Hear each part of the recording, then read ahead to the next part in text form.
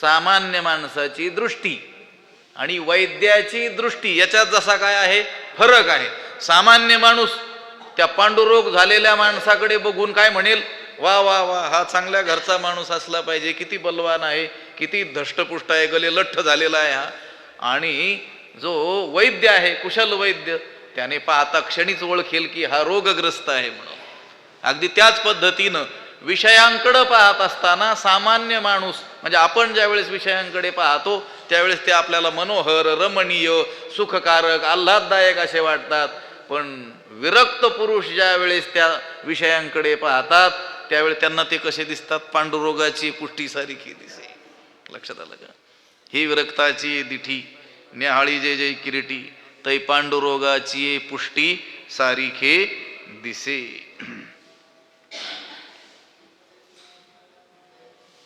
वैराग्य, त्या वैराग्यामध्ये जिहासा आणि जिज्ञासा असे काय आहेत, दोन प्रकार आहेत.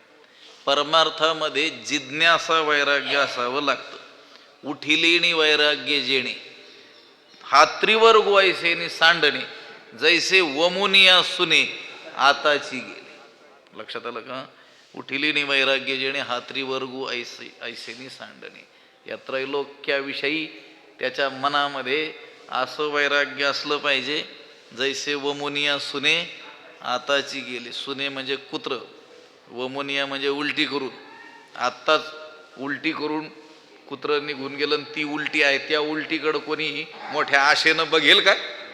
बघणार नाही. अगदी त्या पद्धतीनं ह्या त्रैलोक्याकडे जो पाहतो ते खरं काय आहे म्हटले, वैराग्य आहे. विवेकासहित वैराग्याचे बळ धगधगीत ज्वाळ अग्नी जैसा तुकोबरायांचं जे वर्णन केलेलं आहे. या लोकांना, या विरक्त पुरुषांना विषय हे विषाप्रमाणे वाटत असतात.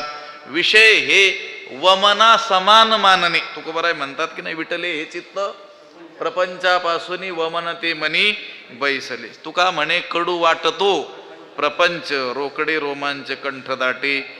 विषयाकडे अनुकूल दृष्टीनं विरक्त पुरुष कधीही पाहत नाहीत. जर अनुकूल दृष्टीनं पाहिलं तर ते सुखरूप दिसतात. विषयांकडं अनुकूल दृष्टीनं जर आपण पाहिलं तर ते आपल्याला कसे दिसतात, सुखरूप दिसतात. पण त्याच विषयांकडं विरक्ताच्या दृष्टीनं जर पाहिलं तर ते विषय कसे दिसतात, अनित्य, दुःखरूप आपल्याला दिसत असतात. कारण विरक्ताची दृष्टी ही निर्दोष असते.